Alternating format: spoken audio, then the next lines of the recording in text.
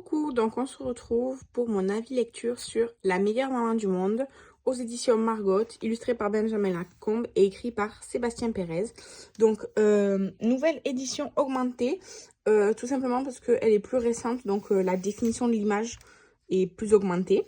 Donc, dans ce livre que moi, personnellement, j'ai eu pour la fête des mères, pour ma première fête des mères, donc il y a 2 ans, en fait, déjà, les images, s'il vous plaît. Là, je vais vous lire les avant-propos.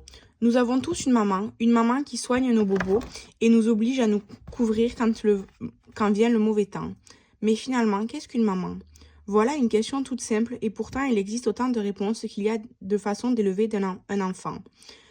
Parmi ces 1001 façons d'être mère, toutes se valent-elles? La maman biche, la maman coucou ou la maman humaine élèvent-elles leurs enfants de la même manière? Sinon, alors qui peut bien être la meilleure maman du monde? Et donc, en fait, on voit énormément d'espèces animales. Donc, les poissons clowns, les requins blancs, les ours, etc., etc., etc., jusqu'à la maman humaine, en fait. Et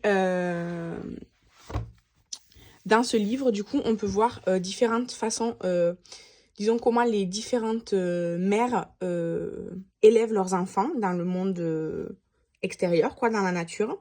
Et il n'y a pas de comparaison entre elles. En fait, ce livre explique juste comment les mamans se comportent dans le milieu naturel.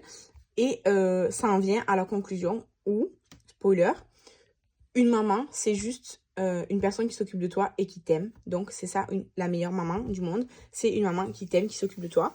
Et je trouve que c'est un magnifique livre à offrir à une maman. Donc, à l'occasion d'une fête des mères, puisque la fête des mères était il n'y a pas si longtemps que ça.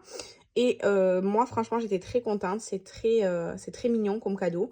Et en plus, les illustrations sont magnifiques. Ce livre est magnifique, en plus du message d'amour qu'il porte. Voilà, tout simplement. Et on a des détails vraiment jusqu'au bout. Là, ensuite, on a d'autres... Enfin, en fait, là, on a un petit résumé, une espèce de petit sommaire.